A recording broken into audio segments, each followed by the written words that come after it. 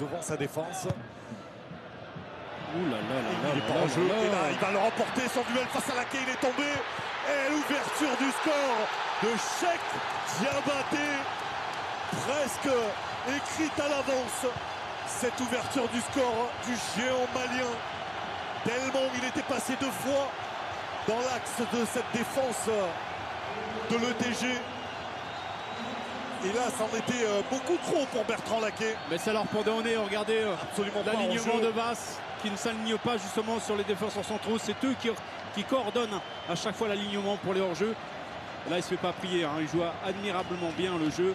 Oh, le bout du crampon de Cédric Cambon qui suffira pas à empêcher ce ballon de filer au fond des filets. Justement, 40e minute de jeu dans cette première période.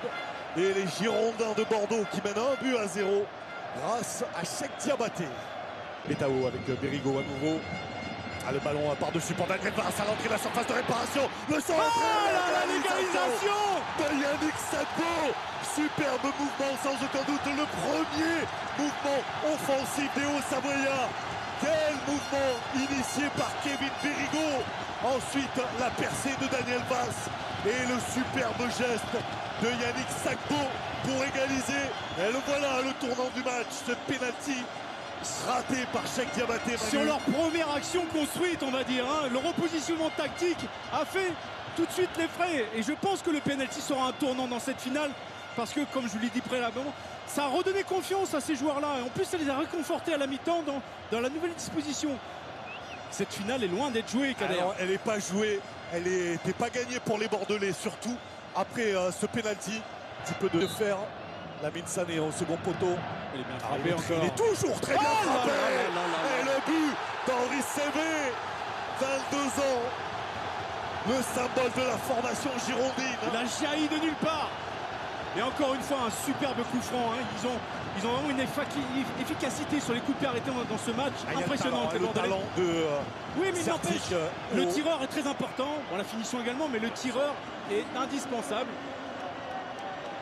Ah, c'est dur là pour Bertrand Laquais qui peut évidemment absolument rien faire. Il a été fusillé à bout portant. Ah, ce ballon, et lui CV, il n'a pas laissé passer. Il lui est arrivé dessus un petit peu au hasard. Parce que vous le voyez là, il est un petit peu dévié. Et lui, il met le pied. C'est un joueur de l'ETG d'ailleurs qui dévie cette balle. Qui dévie ce ballon, exactement. Physiquement, il y a 2 gros bébés. Et Barbosa, le crochet, il est passé. Centre fort, l'égalisation. Pas de position de hors-jeu. L'égalisation de Brice Djadjedje. Il y avait Saber Khlifa.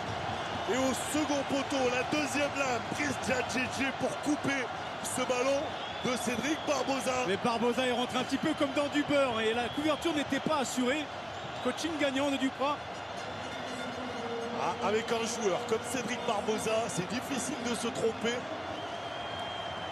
Plus il vieillit, plus il est bon, le Barbosa. Quel travail, quel travail. En tout cas, le réalisme impressionnant hein, du côté de l'ETG. 2 occasions, 2 buts. Et il y avait quand même le marquage qui laisse à désirer. Il n'y a pas de couverture. Il y avait... Alors qu'ils sont en supériorité numérique, les Bordelais, dans leur propre surface de réparation, il n'y a pas de couverture assurée sur le... Et Bérigo a pu dégager ce ballon. Ou Diabaté, il est pas en jeu, il est pas en jeu. Il faut... Il est absolument pas en jeu.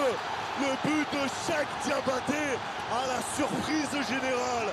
Tout du moins la surprise des Hauts-Savoyards.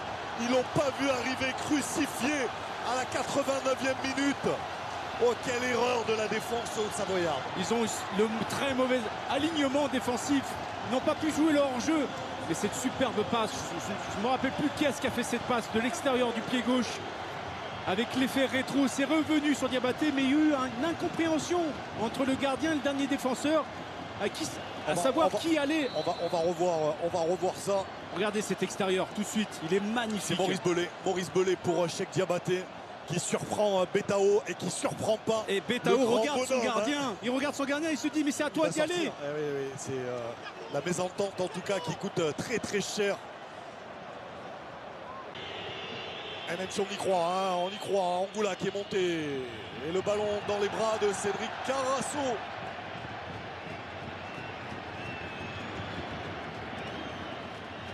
Oh, le désespoir sur le visage de Yannick Sagbo, de Guillaume Lacour.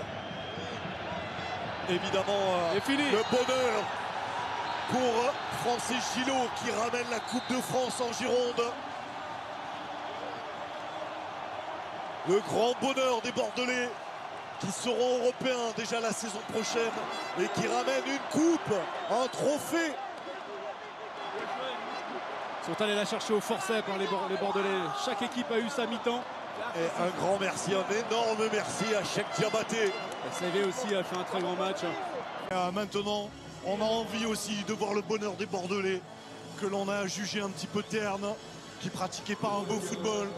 Ils se sont qualifiés au forceps à cette finale de Coupe de France. Jusqu'à cette finale, le président François Hollande, la coupe dans les mains, et il va la remettre à Plasil, à Carasso, les deux, le capitaine et le vice-capitaine.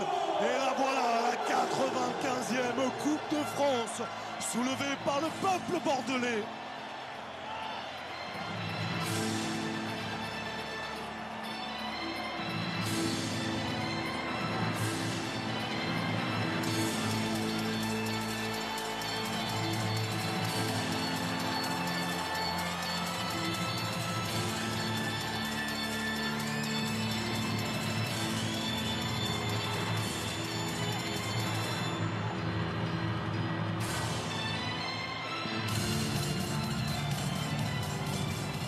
Elle est magnifique, cette Coupe de France, dans les mains des Bordelais, qui a échappé à Fabrice Eret, l'ancien Strasbourgeois.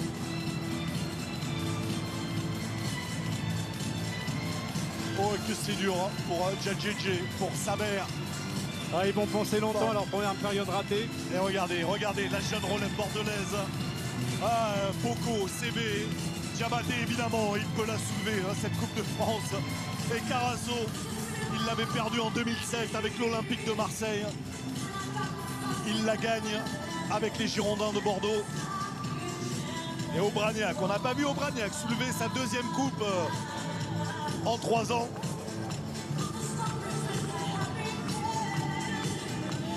Allez, le coach et son adjoint, Gillot et Lobello.